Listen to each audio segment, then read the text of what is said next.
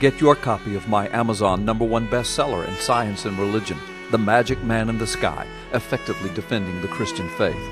Considering the world in which we now live, you need this book. Get your copy today, Amazon.com or the WND Superstore.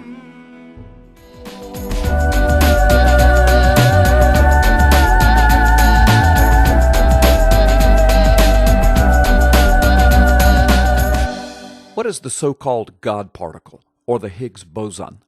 The following video will explain it in the simplest of scientific terms so that everyone watching this video might understand the topic in its proper context. Particle physicists believe that matter, the solid substance of everything, is made from fundamental particles whose interactions are directly affected by exchange particles known as force carriers. These force carriers, or exchange particles, are called bosons. All matter has mass, or solidness. This is an observable, undeniable fact.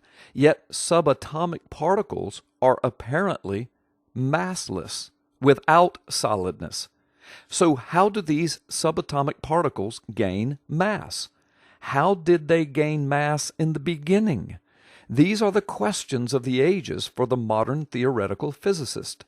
The theory is that mass is derived from a yet unobserved and purely theoretical particle, the Higgs boson. The theoretical particle was first proposed in the 1960s by the English physicist Peter Higgs.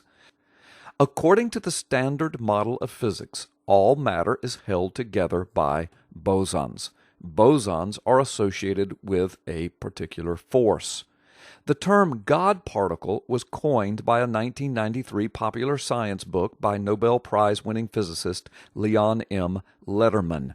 The book is titled The God Particle. If the universe is the answer, what is the question? Lederman said that he gave the Higgs boson the nickname the God particle because the particle is so central to the state of physics today, so crucial to our final understanding of the structure of matter, yet so elusive. Now, most modern physicists are outraged that this theoretical particle has been saddled with the biblical-sounding name, the God particle. Concerning the importance of the Higgs boson, physicist Joe Lycan at the Fermi National Accelerator Laboratory in Illinois said it like this, quote, "We believe that without a Higgs boson, you can't have a universe in the first place.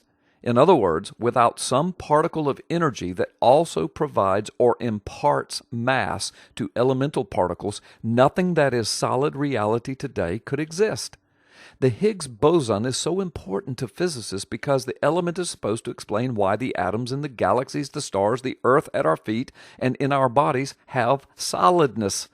If they didn't have mass, we couldn't exist as physical beings.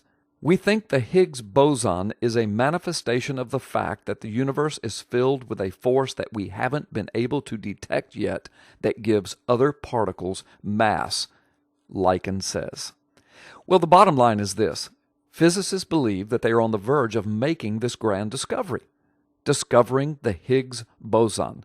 It is indeed exciting scientific stuff of our day. But even if this elemental force is discovered, it in no way would discount the need for an intelligent designer. The discovery of such a particle or force would only verify the tools with which the designer created everything we now know as reality. And by the way, the Bible, you know, that ancient outdated piece of man-made literature, has given the fundamental answers to these questions over 2,000 years ago. In Hebrews 11, verse 3, it says, "By faith we understand that the universe was formed at God's command, so that what is seen was not made out of what was visible." Colossians 1:16 through 17. "For by Jesus all things were created, things in heaven and on earth, visible and invisible, whether thrones or powers or rulers or authorities, all things were created by him and for him. And Jesus is before all things, and in him all things hold together." Wait, I think I just discovered the Higgs boson. The Washington Times calls it a must-read book, a muscular defense of the Christian faith. an arsenal of powerful rebuttals against Christian bashers. Amazon Books calls it a #1 bestseller. I call it blessed and used by the Lord.